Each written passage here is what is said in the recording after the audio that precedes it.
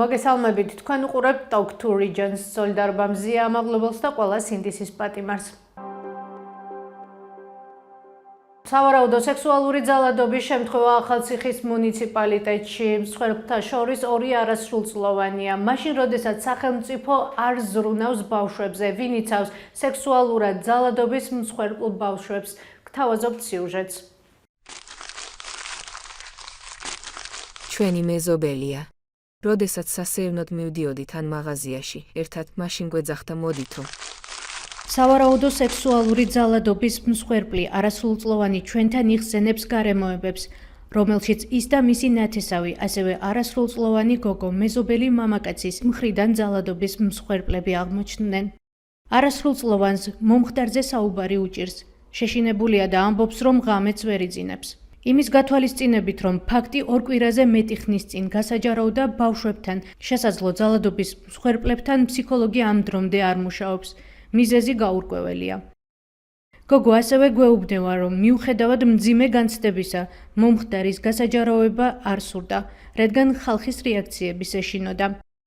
პირის დაკავების მიუხედავად, რასაც შინაგან საქმეთა სამინისტროშიც გვიდასტურებენ, შემთხვევიდან 2 კვირის შემდეგაც კი სახელმწიფო ზრუნვის სააგენტოს არ აქვს პასუხი, თუ რატომ არ მუშაობს არასრულწლოვნებთან ამ დრომდე ფსიქოლოგი. ინფორმაციის მიღებას ველოდებით საქართველოს სახალხო დამცველის აპარატიდან და ახალციხის მერიიდან, იმის შესახებ თუ რა პროგრამები აქვთ მუნიციპალიტეტში ძალადობის მსხვერპლი არასრულწლოვნების რეაბილიტაციისთვის.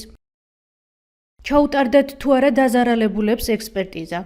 საქართველოს პროკურატურაში გვითხრეს, რომ მოიკითხავდნენ. გაეროს ბავშვთა ორგანიზაციის წარმომადგენელი ნონა ციხელაშვილი საქართველოში არასრულწლოვანთა ძალადობის შემთხვევების სტატისტიკაზე და გარემოს შესაცვლელად სახელმწიფოსა და საზოგადოების როლზე გვესაუბრება. ნებისმიერი რეაბილიტაცია ადგილზე იყოს ხელმისაწვდომი ბავშვებისთვის. ეს გვჭირდება რეგიონების დონეზე, ხო, სადაც მუნიციპალიტეტებს შეუძლიათ, რომ თავისი მნიშვნელოვანი როლი ითამაშონ აი ამ სერვისების მიწოდებაში, რაც უკვე რეაბილიტაციის ნაწილს ეხება. სახელმწიფო ზრუნვის სააგენტოს აქვს მეურვეობა ზრუნველობის ფუნქცია, ხო, როდესაც ბავშვი იმყოფება ისეთ უსაფრთხო გარემოში, როდესაც არ არის, მისი ფუნქცია არის, რომ ის გადაიყვანოს ისეთ გარემოში, სადაც მას საფრთხე არ ემუქრება, ხო?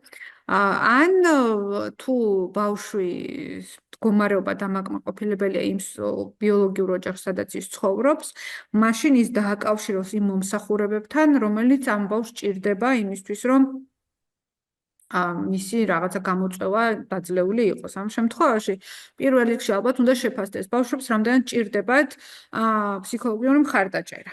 იმიტომ რომ ყოველთვის არ ჭირდება ფსიქოლოგიური მხარდაჭერა, როდესაც ძალადობის მსხვერპლები არიან, მაგრამ ეს პროფესიონალმა უნდა გადაწყვიტოს ჭირდება თუ არ ჭირდება, ხო მას. და ამიტომ რაღაცა ის ინფორმაციის მიწოდება, რომ სად შეიძლება ბავშვებმა თუ თვითონ არ შეუულიათ ამის მიწოდება და უზრუნველყოფა, მაშინ უნდა გააგებინონ ოჯახს, როგორ შეიძლება, ან სად შეიძლება ეს მომსახურება იყოს მათთვის ხელმისაწვდომი. 2022 წლიდან 2024 წლის იანვარ-თებერვლის ჩათვლით საქართველოში არასრულწლოვნებზე სექსუალურად ძალადობის 285 შემთხვევა დაფიქსირდა. ახალციხის მუნიციპალიტეტში მომხდარ შემთხვევაზე გამოძიება გაუპატიურების მუხლით მიმდინარეობს.